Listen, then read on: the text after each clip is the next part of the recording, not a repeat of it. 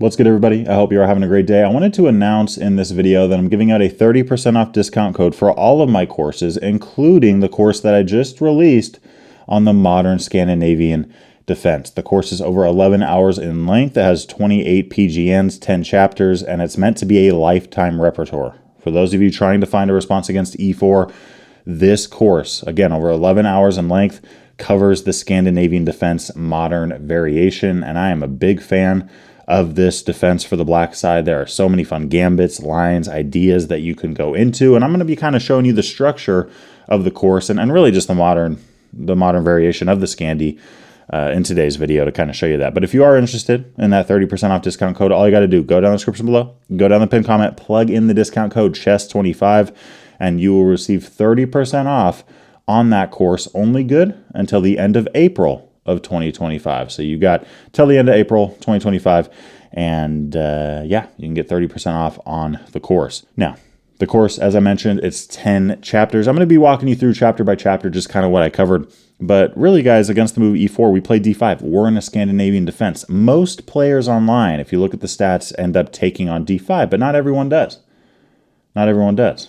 In fact, if white doesn't take on D5, E5 is the most common move. And at the end of this video, I'm going to be showing you guys chapter 1 of the course just to give you a sneak peek.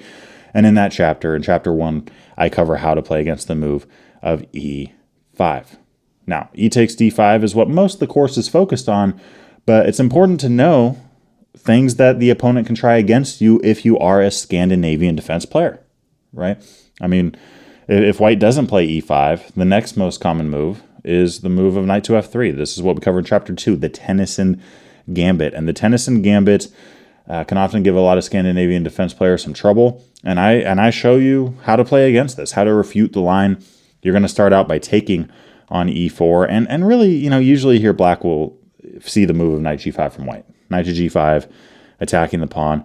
There are some different ideas that we have. I cover bishop F5 in depth. I also cover the move of E5. I really like the move of E5 there, attacking the knight and just going, you know what, take the pawn. Take the pawn. We don't care. We're not going to play F5, knight to C6.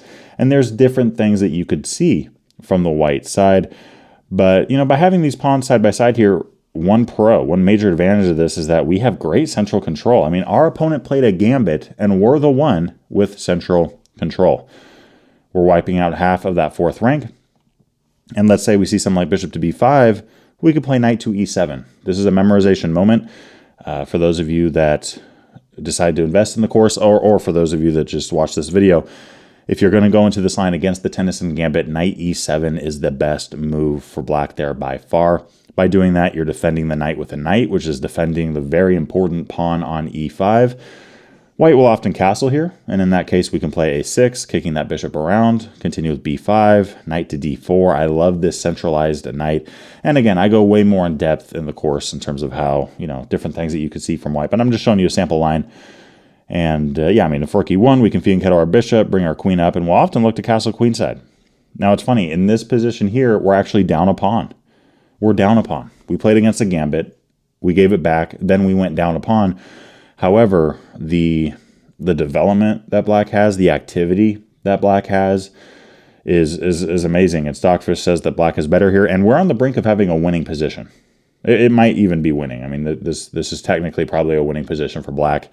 So much fun stuff. So, you know, in general, guys, when you're playing the Scandinavian defense and you see something like the Tennison Gambit, I don't want you guys to be worried about it. I don't want you guys to be afraid of the Tennison or, you know, hoping you don't see it. I want you guys to wish to see the Tennison Gambit, because you know the refutation, you know how to play against it, and you know how to show white that move of knight F3 is just a bad move. It's just bad. Okay. And by the way, E5 is also a bad move. It is. It's just bad. And in the chapter 1 segment, which I'm going to again attach at the end of this video, you'll be able to see why E5 is so bad there. But at least the move knight F3, at least that's dangerous. At least white, you know, has some tricks and traps that they can do if the Scandi player isn't ready. But then after that, in chapter 3, we cover the move knight to C3. I actually like this move for white so much that I made a course on it from the white side, how to crush the Scandinavian defense with the move of knight to C3. And most Scandinavian defense players don't know how to play against this. They simply don't. So in this chapter, I cover the move knight c3. Long story short, if you want the biggest engine advantage as a Scandi player, you're going to want to push this pawn, play e5, and if you see the knight come to g3, you don't want bishop c4 to be played. When I'm playing this as white, I get bishop c4 all the time, putting pressure on f7, staking out a great diagonal. Black here should play bishop to e6. Bishop to e6. Don't let that bishop come there, right? And if you see something like knight to f3, we can play f6. If we see check, we could block with the pawn, play knight to d7, and keep developing from here. I mean, one thing that we're looking at is knight to c5. And if we play knight to c5, let's say white castles or something, and then we play knight to c5, we're going to be able to take off that bishop with our knight and keep our light squared bishop here, which is great. So because of that, white should play bishop to b3. In this case, fine. We can't take the bishop with the knight, but we still get a great position here. We can play queen to d7. We can castle queenside, start hurling pawns down on the g and h files, and we, as black, have a great game there. Great chances. Most Scandinavian defense players don't know that, okay? You want to play d4, e5, and then finally, after knight g3, you don't want to let this move happen. You want to play the move that only 4% of online players go with, which is bishop to e6, right? Bishop to e6. Chapter 4, we're covering the move of d4. Now, this is the Blackmar Gambit or the Blackmar-Diemer Gambit. This is a gambit that also gives a lot of Scandinavian defense players trouble, as well as those of you that, as well as players that play d5 against d4. Right? We could see e4, d5, d4, or d4, d5, e4. I think the traditional move order is usually d4, d5, and then white playing e4. Someone can correct me on that if I'm wrong, but yeah, I think generally that's the chess.com branch to get into that, but it doesn't really matter. In either case, we're in this position now. And, you know, you can play the French. You can play the Carl-Con if you want to, but you are better. You are objectively better here if you take the pawn. And against the move knight c3, I cover knight to f6, right? The refutation, that is the best move that we have here. That's the best move, okay? If f3, and when I say best move, I'm talking about objectively best according to Stockfish. That gives us the biggest, you know, difference in the eval in our favor. If f3, we're going to take. White does this all the time. We're now going to fee and kettle our bishop. Very important. Castle kingside. White will often bring their queen over to h4. And we go in depth about all these moves, more, right? Different things that white can try here. But if you see bishop to e3, e6, bishop f5, and if white ends up taking this, I love this idea of h6. Multi-purpose. By doing that, you're looking at playing g5 yourself potentially. And if white takes the pawn, you capture it. Thanks for the pawn on d4, and we're winning. We're winning this position. On top of that, I go into depth concerning this move of e5. Now, this is the Lemberger counter gambit. The engine doesn't like this as much as knight f6, but look, I mean, if Stockfish is telling us that we still have an advantage, and if you look at the online stats and black is winning this kind of position by a landslide, playing e5 with the Lemberger counter gambit is definitely something to think about. So if you're going to play the Scandinavian defense, a lot of you probably already do play the Scandinavian, but whether you play it now or whether you're thinking about playing the Scandi or incorporating that into your repertoire, you got to be prepared for those kind of sideline moves. You got to, right? White doesn't take every time. Now, if they do take, most online players go with queen takes d5. Most do. But this is not what my course is about. My course is about the move of knight to f6 with the modern variation or the modern Scandinavian defense. And guys, this move knight f6, it is sound according to the engine. Don't see knight f6 and think to yourself that this is a move that the engine doesn't like. No, this is sound. This is sound, and it gets good results for black when you know what lines to go into. For example, in 41% of online games, white plays the move of knight to c3. Against that, we have a couple of options. I cover c6 with the Gustav Gambit. I cover knight takes d5. And in over half of online games, white takes this knight. And we have a great position now. We're actually just practically better, in my opinion. I mean, this queen on d5, you can't kick it around.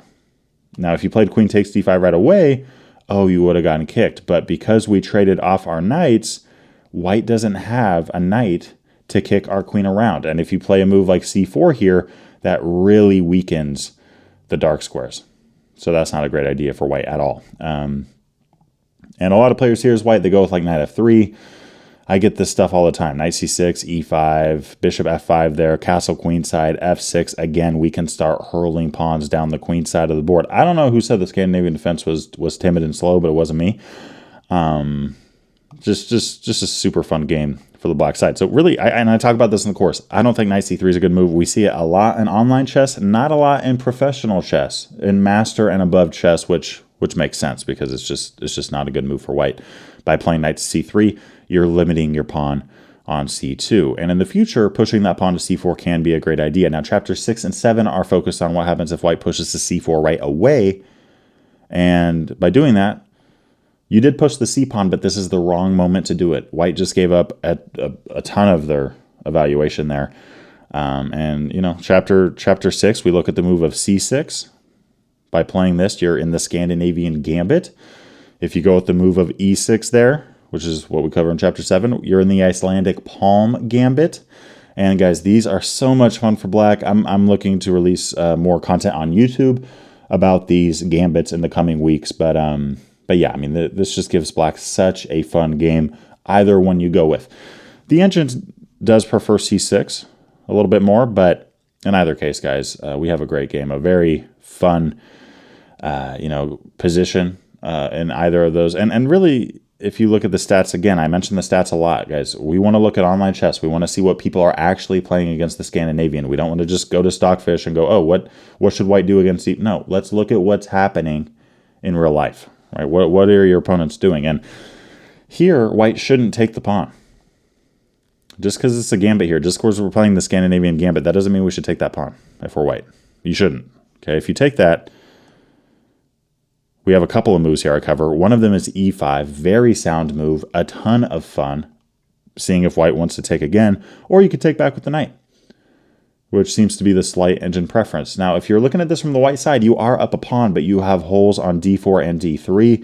We're looking at e5 here very quickly, and black has a great game. Great game, great winning percentages, and white just has this big old hole on d4 that is not serving them well in any capacity. And if you go with the move of e6 with the Icelandic Palm Gambit and white takes, which they usually do by a large margin, you can capture back with your bishop, throw in a check, and if bishop d2, the only move there for white that gives them an advantage at all, you could either take on d2 with the bishop or play queen to e7. Both of these are a ton of fun.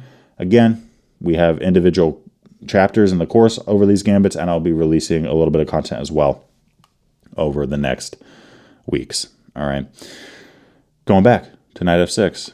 Chapter 8 and 9, we look at the move of d4. Chapter 8, we look at bishop to g4. Now on chess.com, this is the Portuguese variation. On Lichess, this is the Portuguese Gambit. So there you go. We got, two websites online, the two biggest websites in terms of chess online, disagreeing over what a move is called.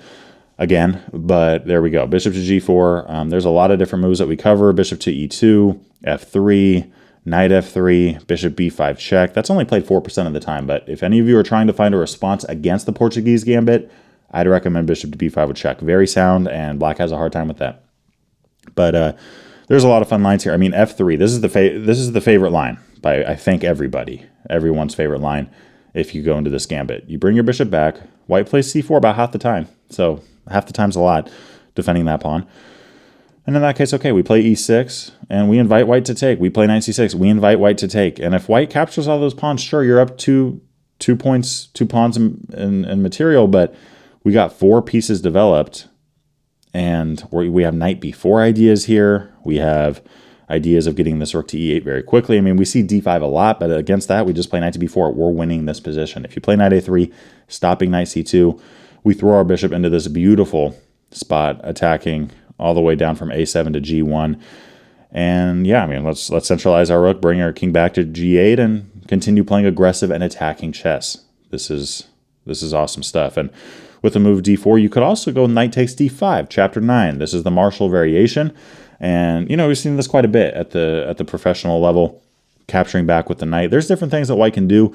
Usually, though, they play c4, or at some point, we see our opponents play c4. And my recommendation is to bring this knight back to b6. If knight c3, e5 is incredible for us. And if white plays the best move of knight f3, preventing e5, we can fianchetto our bishop, put pressure on white center by bringing our bishop out, bringing our knight out. Guys, this position here is what we want to get. There's different ways that white can stop this from happening. And in that case, we got to memorize those lines and those ideas. But the martial variation does give you a fighting chance from the black side.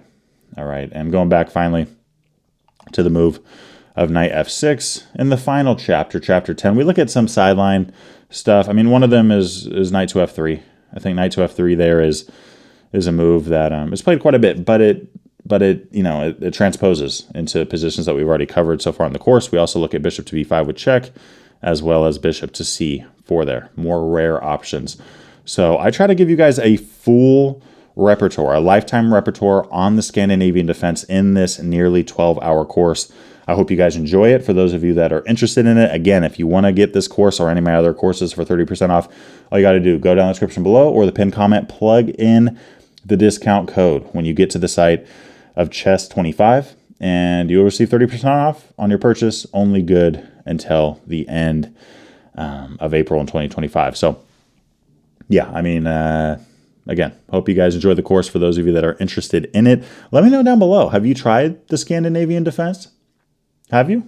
I mean, it's so common, guys. This is such a popular move. Now, what's not as popular is playing knight to f6. And I'm kind of surprised at the lack of content on YouTube concerning this move, especially when there's so many fun gambits that can come out of this. I mean, we talked about the Portuguese Gambit, the Icelandic Palm Gambit, the Scandinavian Gambit, the Gustav Gambit. There's so much fun stuff that can happen here. And if white wants to avoid a gambit, what are they going to do? I mean, if you play knight c3, oh, we could play a gambit. If you play c4, we could play two gambits. If you play d4, we could still play c6. I don't recommend it, but you could.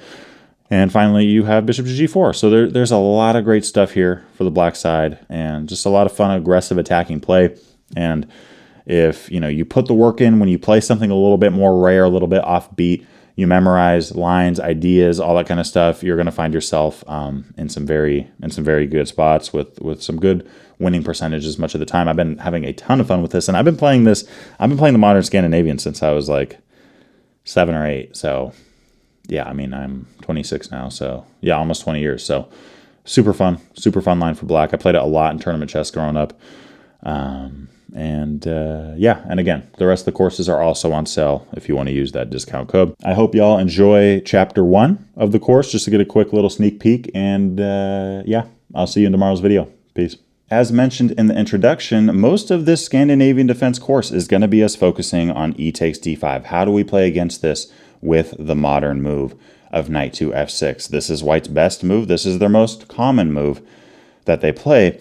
However, I do want to cover in these early chapters some different options that you could see besides white capturing off that pawn, just so that you're prepared for no matter what comes your way. And this chapter specifically is focused on us playing e5, and this is going to be our shortest chapter because this move e5 is just bad. It's a bad move. By playing that, you are giving black an advantage here, according to the engine. In fact, any move for white besides taking on d5, black does have the better game, objectively speaking. But on top of that, this is not dangerous, okay? Like if you play the Tennison Gambit with knight f3 against the Scandinavian move 2, it's not a good gambit, but at least there's some tricks, there's some traps, there's some ways that black can fall into trouble. By playing e5, you're just giving black a very pleasant position and game plan going forward. What I recommend against this move is immediately playing c5, and this kind of reminds me of the Botvinnik Karl's defense, but even better for black. Now, what is that? It's against the move e4, in which case we see this move c6 with the Karl-Kahn defense prepping d5, and because we prepped that move, white is able to get d4 in as well before we play d5, and then here against the advance, we push the c-pawn a second time.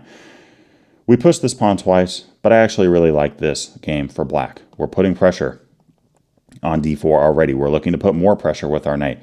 If this knight comes to f3, we often pin that knight to the queen, which notice the knight and the queen are both key defenders for that pawn on d4. We often bring our queen to b6 at some point, maybe get this knight up to f5 eventually. We're going to be putting the pawn on d4 really with as much pressure as we can on that guy. And if this pawn ever takes, the pawn on e5 becomes a weakness for white because there's not that d pawn defending it. Going back to our Scandinavian move, we did not prep d5. We did not prep it with the French or the Karl-Kahn. We just played d5 there. So here when white plays e5, we play c5, and in a single c-pawn move, we get that pawn up 2 ranks. We're now wiping out half of the 4th rank there. And we're fighting for d4 before a pawn even gets there. Now, there's different things that you could see here from white. The most common move in online chess is white playing d4. Again, that's not a good move. Just like e5 is bad, d4 is bad as well. And really, when you're playing online chess, guys, or over-the-board chess, either one, and you see your opponent play e5, you could probably assume they haven't studied much for the Scandinavian, because e5 is just bad no matter how you look at it. Here again, we're playing c5. If d4, let's capture off that pawn. We don't want to let white get a very strong pawn chain here going all the way down to e5. Let's capture off that pawn. If the queen takes back, let's try to kick that queen around. White could pin your knight, and we'll cover that. But let's say the queen moves. Let's say it moves to somewhere like e3. Okay, we can keep kicking that queen around. That's one option. You can also play something like bishop f5 there. That's a very strong move. Going back to this position here, if the queen wants to go to f4, we can actually play g6. An unassuming looking move. It looks like, okay, maybe we're looking to fianchetto our bishop, but it turns out against white's top option, meaning it's the most played option on online chess of bishop b5, we can play bishop h6, and white's position is resignable. You move the queen, thank you for your hanging bishop on c1. So, yeah, I mean, this is just great for us. And going back to knight c6, if we do see the knight get pinned, we have a few different options there. We can play a move like a6, looking to kick that bishop around, asking that bishop, hey, do you want to take my knight? We could play a move here like bishop to f5 as well, and then play e6. Okay, we don't want to take that pawn on c2 there. We want to keep developing, really defend that pawn on d5 well, and freeze up that e-pawn from ever thinking about pushing to e6. If something like knight f3, we can keep developing, and from this point, maybe play a6. We have a knight supporting our knight. We're already putting pressure on this queen, and we have a very fun game. On top of that, going back to knight c6 and bishop b5 here, that knight getting pinned, you could play e6. You could play e6. Now, in one sense, it seems like, gosh, this bishop is just not active. And you're right, it's not for the moment. But here's the idea. Here's the idea. If something like knight f3, we can play a6. And if you play bishop a4, you're losing. You're losing there because of b5. This knight is no longer pinned. So you have to think about giving up your bishop here, right? I mean, you could play queen c3, but if you play queen c3 attacking our knight, bishop b4, that queen is pinned. If you move that bishop, we win your queen. So you kind of got to decide, do you want to save your queen or your bishop? And obviously the answer there is to save your queen, but in either case, we are completely crushing that. And when we play a6 there, really white should either look to take on c6, and the next best option is playing queen to a4. Here in this case, we obviously don't want to take the bishop because we don't want to lose our rook, but we can play bishop d7, making this a threat now because that rook is protected. If something like bishop to d3, we can take on e5. Again, black is winning here. And if the bishop captures, we can actually take with the bishop or with the pawn. I kind of like taking with the pawn because we are able to play c5 going forward, getting a greater stake in the center of the board, better control of the center. And, if we move like castle and kingside, we can play c5 right away. We could also play a move like knight to e7 here. That's a great option. You can bring this knight to g6, targeting e5. You can bring it to f5, very nice spot. Up to you there. But this is just a great game for black. And going back to a6, if we do see bishop takes c6 with check, we capture back. Our bishop right now is not good, but this is a queen. This is not a pawn. So we're able to kick that queen off with c5, put our bishop on b7, and if we ever push this pawn at any point, our bishop will unleash. And again, this pawn is not stuck. That was a queen. We kicked the queen out. d4 can be played at some point. And you don't want to rush it. You don't want to over-rush it here. Like, for example, if we see the move of c4, we don't want to play d4 right now because then b4, and sure, we have a protected passed pawn, but now this pawn is putting pressure on c5, and it's getting a little bit complicated. Complications we don't want here. We have a better position. Simply continue by developing. Play a move there like knight to e7. If white wants to capture, you can actually take back with the queen. If the queen wants to run away to c2 or something, you have a battery ram on a fantastic diagonal aimed towards the enemy king. And if white does capture, all right, we can take back with the e-pawn. We now have a passed pawn on the d-file. White can really try to push that e-pawn, but in that case, we can just continue developing. I kind of like that approach. Play a move like bishop d6. Let white take the pawn on f7 if they want to. We'll capture back with our king. You can put us in check. We'll simply go back to g8. Our king might not be comfortable right now, but this knight's not going to be able to stay there forever. Just can't. If something like knight c3, maybe we throw a knight into b4, offering defense for that pawn, threatening knight c2. A move like rook d1, all right, we can look to play h6, kicking that knight out of that spot, looking to do so. So, I mean, that just leads to a great game for black if you see the move of pawn to d4, capture immediately. What else could we see here? Well, white often plays knight f3. Against that, pin the knight. Pin the knight. e5 is a target. e5 is the pawn that you really want to put pressure on.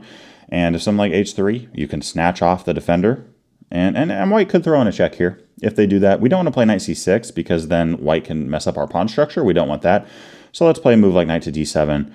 If white captures back on f3, we can now play e6, locking things up. And notice this is like an improved French in so many ways because we have the French defense type structure, but white doesn't even have a pawn on d4 guarding e5. And on top of that, we traded our French bishop for the knight on f3. This is great in so many different ways. Castling kingside, we can play a6, asking that bishop where it wants to go. If you take on d7, we will calmly capture back. We have stuff like knight e7, knight c6. I mean, this is a game for black. Super pleasant, super straightforward, and we have an advantage. Going back to bishop takes f3. If the queen captures immediately, I kind of like a6. Going, you know what, I don't want your bishop to come to b5 at all. And now I'm going to continue with a move like e6, defending the pawn on d5, continuing knight c6, putting pressure on e5 there. And now we can play something like knight g e7. We're looking probably towards g6, putting pressure on that bishop, and another attacker on e5. Again, white there, they don't have a pawn on d4, so e5 is the target now, and we have a great game. Going back to c5, what if we see the move of pawn to f4? White going, okay, fine, I'm not going to get d4 in, but I'm going to try to defend e5 with my f4 pawn. Well, white has already created permanent weaknesses. They've already done it. They've already done it. For example, this square of f5 is very weak. A very nice spot for our bishop to go to eventually, or a knight, one of the two. This pawn can't attack that anymore. It's overextended. Now, you could play g4 at some point, but then once you play g4, f4, and e5, you're really overextending your king side, so much so that your dark squares are going to get weak. I mean, this short side diagonal on h4 could become a big target for us going forward. In this case, we want to eye these light squares on g4 and f5. What's the best way to do that? By playing this move of knight to h6 immediately. You can also play knight c6 there, okay? The engine likes knight c6. The engine also likes knight h6. Either one of these work. I mean, the next move here, something like knight f3, we can play knight c6. And yeah, bishop b5, we can play queen b6 there. I like that move personally. I'm showing you some moves that I like playing with. We don't want our pawn structure to get messed up on the queen side, so if something like knight c3, we can play d4. We can start kicking that knight around. The knight is defended by our queen. If knight d5, though, don't take that bishop. Not a good idea because a knight c7 and white has a powerhouse fork there, but you can play queen back to d8. If white decides to capture on c6, let's just say they do that, you take back. This knight is trapped. There's nowhere for that knight to go. And if we see a move like c4, we can play e6. Again, the knight is trapped. The knight's trapped. Going back to knight c6. Let's say we see a move like c3. Well, we could play bishop f5 there. Bishop to f5. If d4, we can play e6. This is a French defense, but an improved one for black. In a lot of ways, if bishop d3, we can play rook c8. This is a really good spot to put your rook on eventually because at some point, this file will probably open up. And if the bishop wants to capture, we already have our knight ready to go. If something like castling, we can take on d4. Just to show you how weak that pawn is, you can just capture it right away. Play a move like queen b6. We have two attacking pieces on that minor piece. White only has one defender. And the only way to directly defend it right now is by playing bishop e3. If you do that, we capture. We're still attacking your knight, and we're attacking your queen, and we're attacking your rook. This is resignable. This is resignable for the white side. Taking a step back to c5, our response against the immediate e5 on move 2 from white. What should white do here? What is the best move? Well, the best move is c3. Not playing d4 immediately, but playing c3, looking to prep d4. If you see that move, there's a couple of different options. One of them is going, hey, I'm going to throw in my pawn on d4. That way you can't get that move in. There's a chink in the armor there. White is unable to defend the pawn on e5 with those queenside pawns. And in this case, if something like knight f3, we can keep developing our pieces, play something like knight to c6, and go from there. That's one option. Another option, when you see the move c3, is go, you know what? Okay, fine. Play d4 all you want. I'm going to continue developing here. I can play a move like bishop to f5. That's very playable. I can play a move like knight to c6. If something like d4, right? Those moves are a little bit interchangeable there. Bishop f5, knight f3, e6 here. And again, you have a French defense, but just way better for the black side. So at the end of the day, guys, when we play the Scandinavian defense and we see the move pawn to e5, that's just a bad move. It's just bad. Play the move c5 there. You, as black, have a better game because of it. To finish out, I wanted to give a big shout out to my Patreon community, specifically Walter, Rob, Steve, Rob, Ray, and Roger, and the rest of my Patreon community. Thank you guys for your support. If you haven't checked out the Patreon already, there are some exclusive benefits that you gain by becoming a member. I look forward to seeing you over there, and I'll see y'all in the next video. Peace.